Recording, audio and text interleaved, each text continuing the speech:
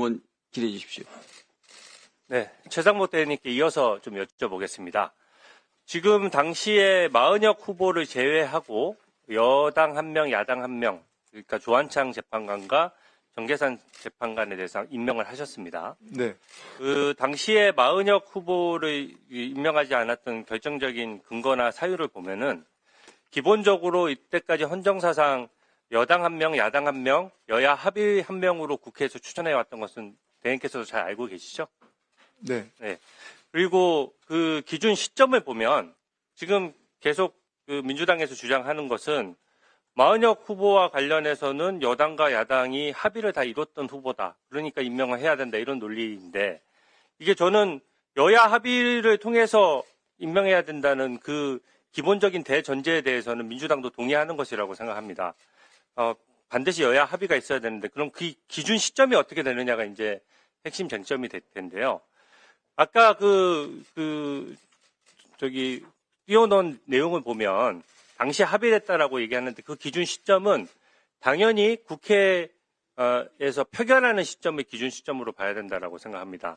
왜냐하면 여야가 어떤 후보자에 대해서 어느 정도 협의가 된 상황에서 인사청문회를 하더라도 인사청문 과정에서 어떤 문제가 발생하거나 적정한 후보가 아니라고 생각하면 언제든지 그런 의사는 철회될 수 있는 것이거든요. 특히 당시에 합의됐던 것은 오히려 여당 1명, 야당 1명, 여야 합의로 1명을 임명하던 관행을 민주당에서 무시하고 버티면서 헌법재판소에 공백 상태가 생겼기 때문에 그 당시 상황에서 헌법재판소장을 임명하는 문제와 연계해서 협의가 됐던 것이고 그 이후에 사정이 변경됐다라고 하면 마은혁 후보에 대해서도 표결 시점에서는 국민의힘에서는 인사청문회조차 들어가지 않았어요. 명확히 반대하는 입장에서.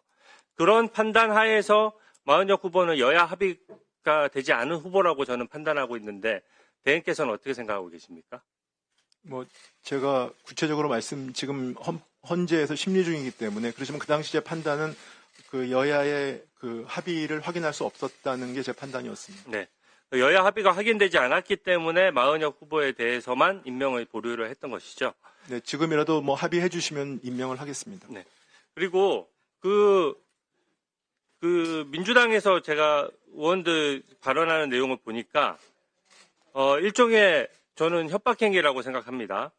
당시 최상목 대행께서 박근혜 정부 비서관 시절에 K스포츠 재단과 미르재단 관련돼서 수사를 받았고 그것에 따른 공소시효가 아직 남아있다.